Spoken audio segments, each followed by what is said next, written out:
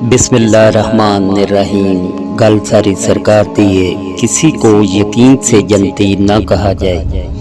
ام العلا انصاری خاتون بیان کرتی ہیں جنہوں نے نبی صلی اللہ علیہ وسلم سے اسلام پر بیعت کی تھی کہ مہاجرین کا انصار کے ساتھ بھائی چارہ قائم کرنے کے لیے قرار ڈالا گیا تو ہمارے حصے میں سیدنا عثمان بن مظعون رضی اللہ عنہ آئے تو ہم انہیں اپنے گھر میں لے گئے، پھر وہ اس مرض میں مبتلا ہو گئے جس میں انہوں نے وفات پائی۔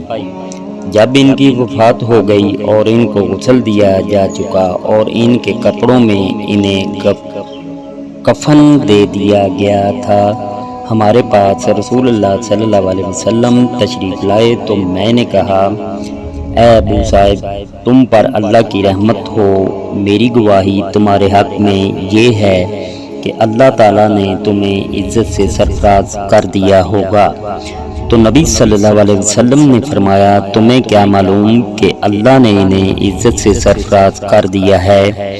میں نے عرض کی کہ یا رسول اللہ، میرے باپ آپ صلی اللہ علیہ وسلم پر فدا ہوں، میں نے یہ اس سبب سے کہا کہ اگر اللہ تعالیٰ انہیں سرفراز نہ فرمائے گا تو پھر وہ کون ہوگا جسے اللہ سرفراز کرے گا؟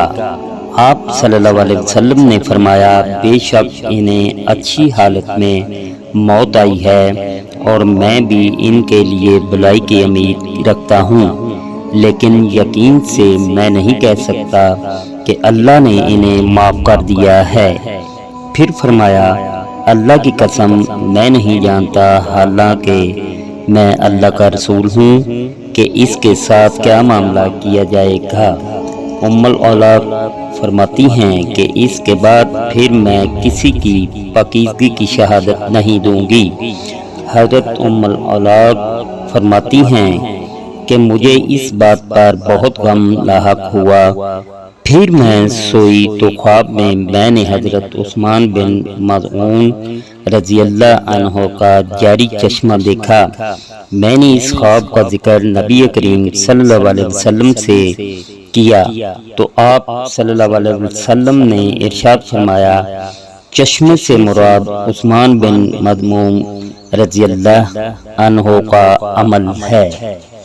اللہ پاک ہر مسلمان کو اپنے حفظ و ایمان میں رکھیں، آمین ثم آمین یا رب العالمین۔ اللہ حافظ۔